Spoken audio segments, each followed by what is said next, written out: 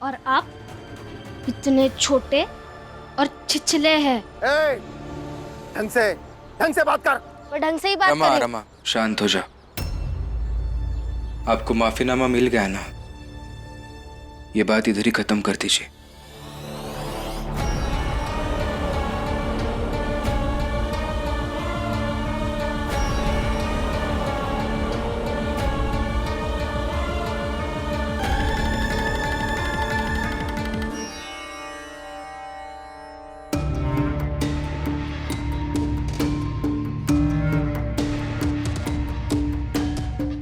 अब आप यहाँ गुस्से में कब तक खड़े रहेंगे?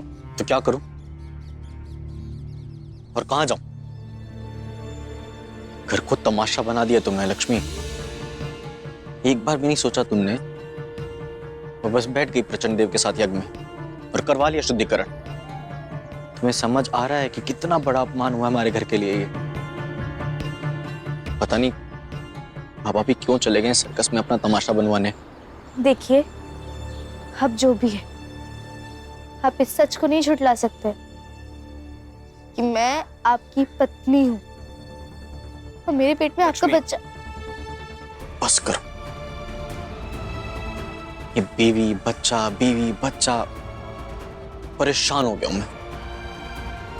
तुमको जो समझ आता है तुम करो, क्योंकि कोई नहीं तुम्हें रोकने वाला अब। और रहने दो मुझे शांति से, छोड़ दो।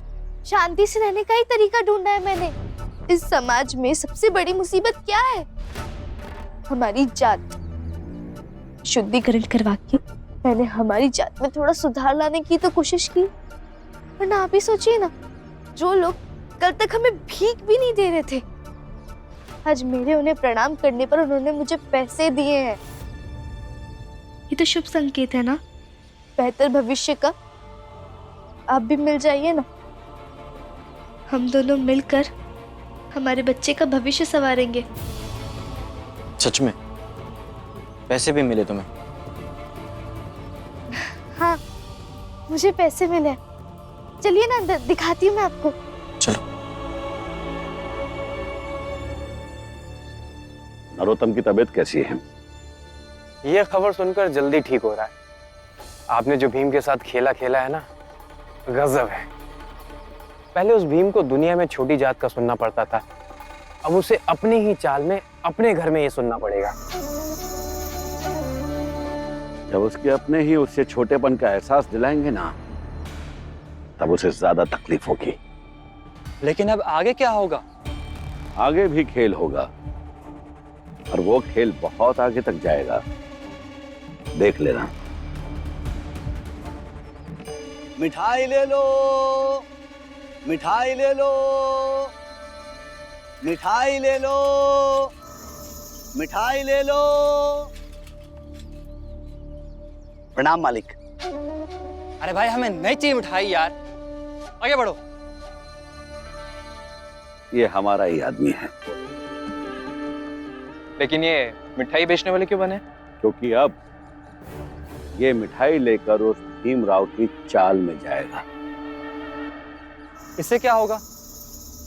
उस चाल में अब तक कोई भी मिठाई लेकर नहीं जाता था।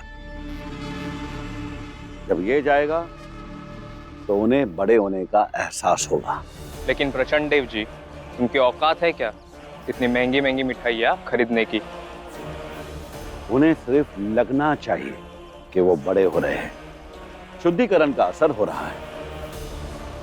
उन्हें ये महसूस होना चाहिए कि वो बड़े हो रहे हैं, और जैसे जैसे बड़े होने का एहसास बढ़ता जाएगा, वैसे वैसे उस भीमराव का कद छोटा होता जाएगा, और एक दिन छोटे होते होते वो भीमराव गायब हो जाएगा।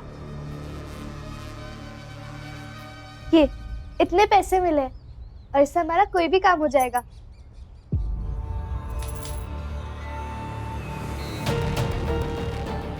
कौन सा काम? कुछ भी। जैसे दूध, सब्जी, राशन, तेल, सब कुछ? हाँ, सब कुछ। और अब मैं ऊंची जात वालों से मदद भी ले सकती हूँ, अब कोई दिक्कत नहीं आएगी। बुआ, आई, इधर आइए।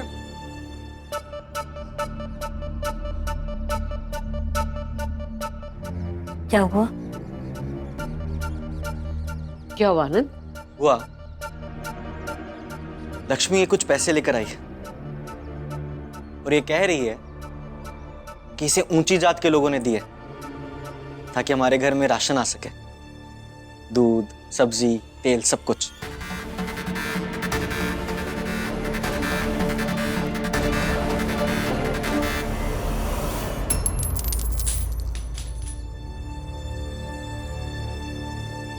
लेकिन कुछ आएगा नहीं इस घर में इन पैसों से। दिमाग खराब हो गया आपका? क्यों फेंका इन पैसों को? खबरदार, अगर तुमने इन पैसों को हाथ भी लगाया तो हमारे किसी काम के नहीं है तुम्हारे शुद्धिकरण के ये पैसे।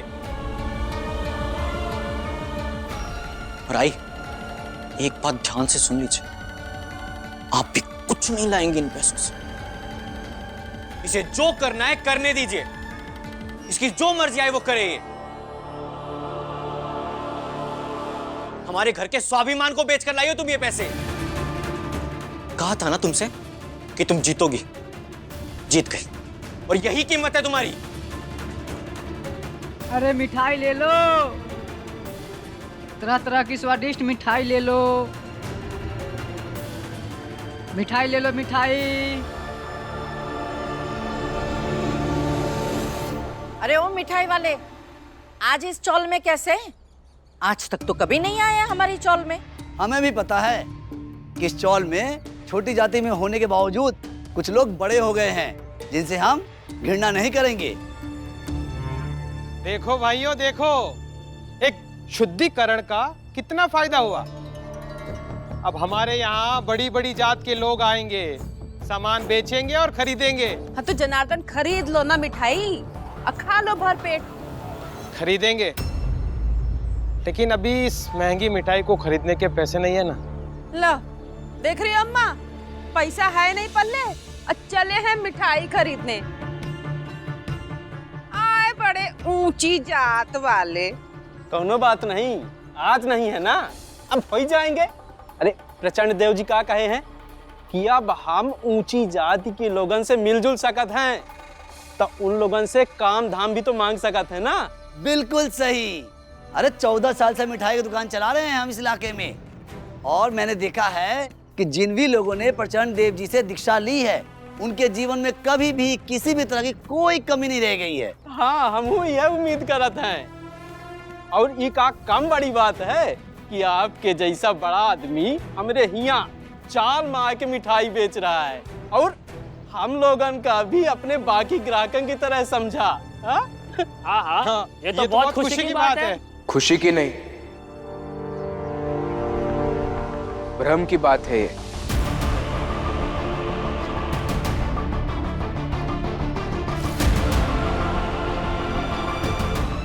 हैसियत इस बात से नहीं बढ़ती कि कोई मिठाई वाला हमारे मोहल्ले में आ जाए, बल्कि हैसियत इस बात से बढ़ती है कि हम उस मिठाई को खरीदने की क्षमता रखें। और यही बात मैं आपको बार बार बता रहा हूं।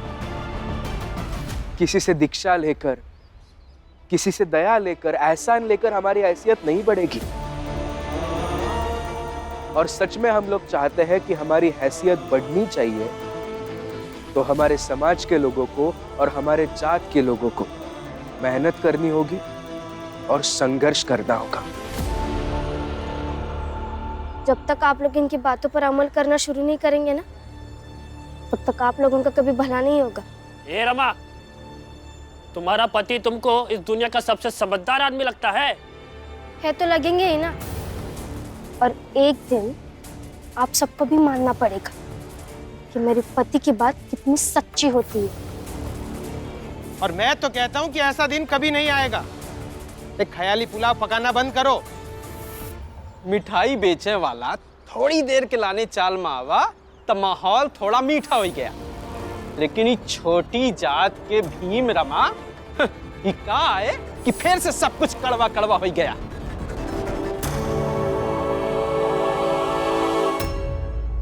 जोकू काका, अब जहाँ जहाँ कपड़े लेने जाएंगे ना, तो साथ में उनसे कह दीजिएगा कि अब छोटी जात में बड़े हैसियत वाले हो गए हैं। चुप हो जाओ अभिरमा, ठीक तो कह रही है रमा। हमें भी तो पता चले कि भैया ये छोटी जात बड़ी हैसियत ये सब खेला खेले से क्या फायदा होता है। अच्छा भाइयों, अब मैं चलता हूँ। आना जाना तो लगा ही रहेगा। अब समाज में आपका कद बढ़ गया है तो कल हैसियत भी बढ़ेगी। और एक बात ध्यान रखना, इस भीमराव से बच के रहना।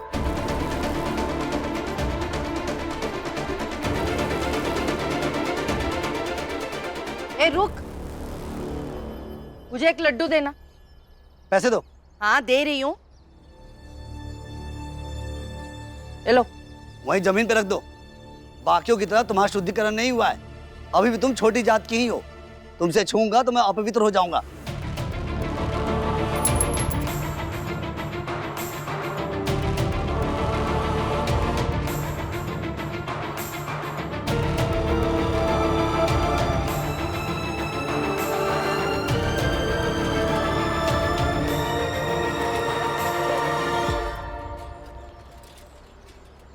भीम और रमा सही कह रहे हैं और ऐसे ही जीवन भर सही कहते रहें।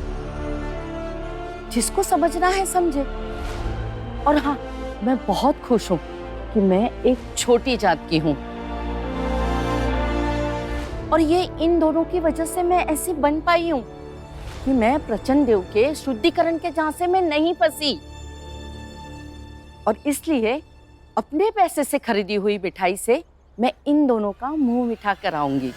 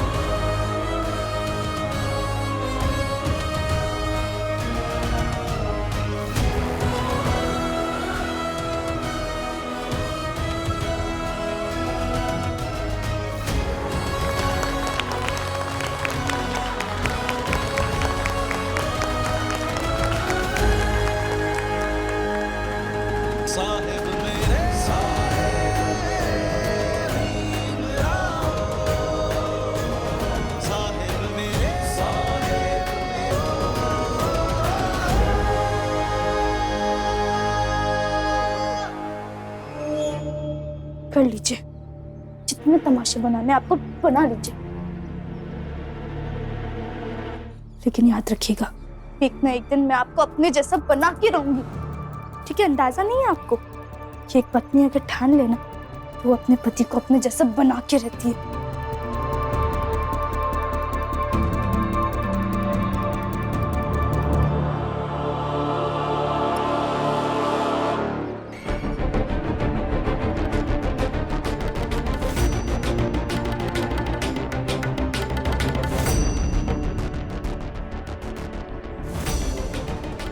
अब मैं किसी की चमची बनी तो नहीं फिरती हूँ ना कि कोई मुझे मिठाई मुंह में लाके खिलाए।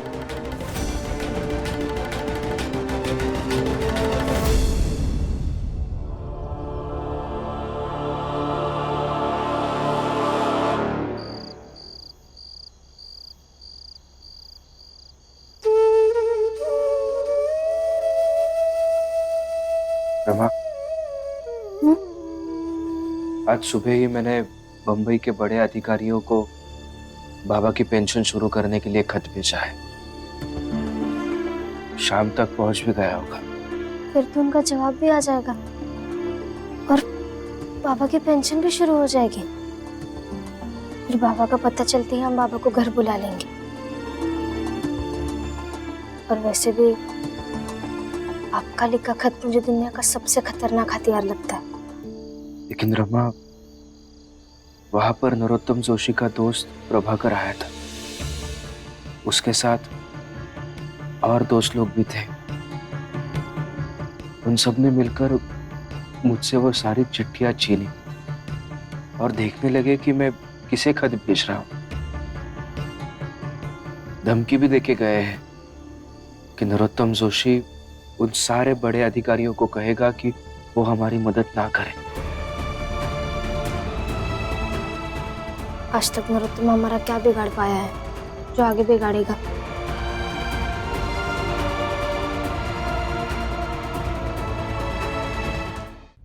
आज एक काम करते हैं, मिलकर पढ़ते हैं।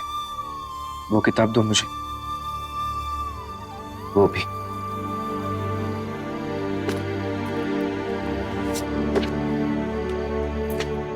इस किताब का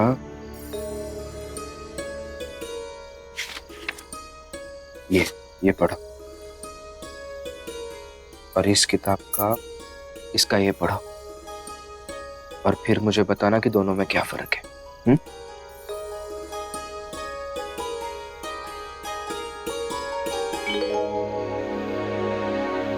दोनों एक साथ कैसे पढ़ो?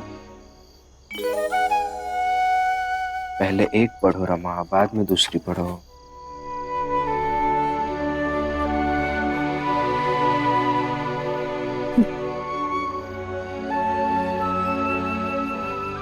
आज भीमा भाई कितनी खुश होगी, ऊपर से आशीर्वाद दे रही होगी। देख भीमा भाई, भीम के साथ रहकर रमा भी पढ़ाई लिखाई करने लगी। अब जमाना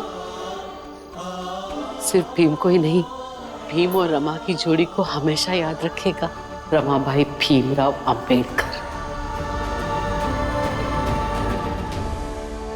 प्रचंड देव जी के साथ यज्ञ में बैठकर मुझे ऐसा लगा कि मैं अपनी जिंदगी थोड़ी बेहतर बना सकती हूँ। तो मुझे जो सही लगा मैंने वो किया। अब वो और वो नाराज बैठे वहां पे। लक्ष्मी, मैं तो नाराज नहीं हूं ना तुमसे। हाँ? इतना मत सोचो। जितना घर वालों के बारे में सोचोगी उतनी ही परेशान होगी। आई, आप इस घर में हैं, तभी तो अभी तक मैं जिंदा हूँ, वरना कब की मर चुकी होती। कोई हो ना हो, मैं तुम्हारे साथ हूँ। तुम्हें जो ठीक लगे वो सब करो। बहुत रात हो गई है, सो जाओ। जाओ।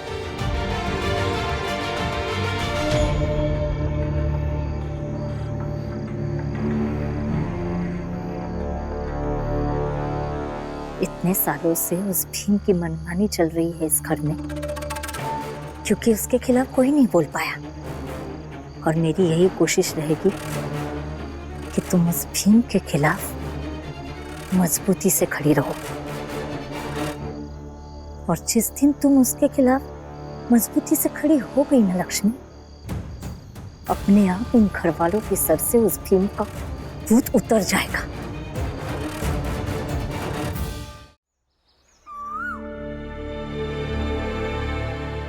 कहाँ चली?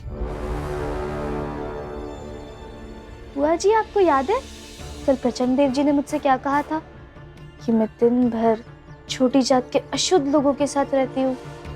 मुझे रोज सुबह ये सब करना पड़ेगा ना, अपने पाप धोने के लिए। पाप और पुण्य का फर्क पता है तुझे? अगर होता ना तो अपने पति और परिवार के खिलाफ कभी नहीं जाती। बुआ जी, मुझे सुबह सुबह आपका भाषण नहीं सुनना है। आप करिए ना आपको जो करना है, मुझे करने दीजिए जो मैं कर रही हूँ। तुम जाओ लक्ष्मी, इनका भाषण आज मैं सुन लेती हूँ, और क्या जवाब देना है मैं दे दूंगी। जाओ।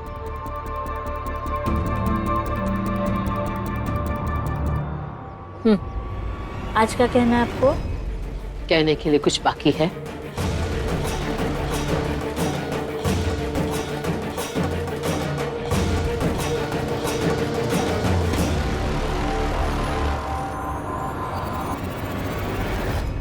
नहाए धोए क्या हुआ, जो मन मैल न जाए।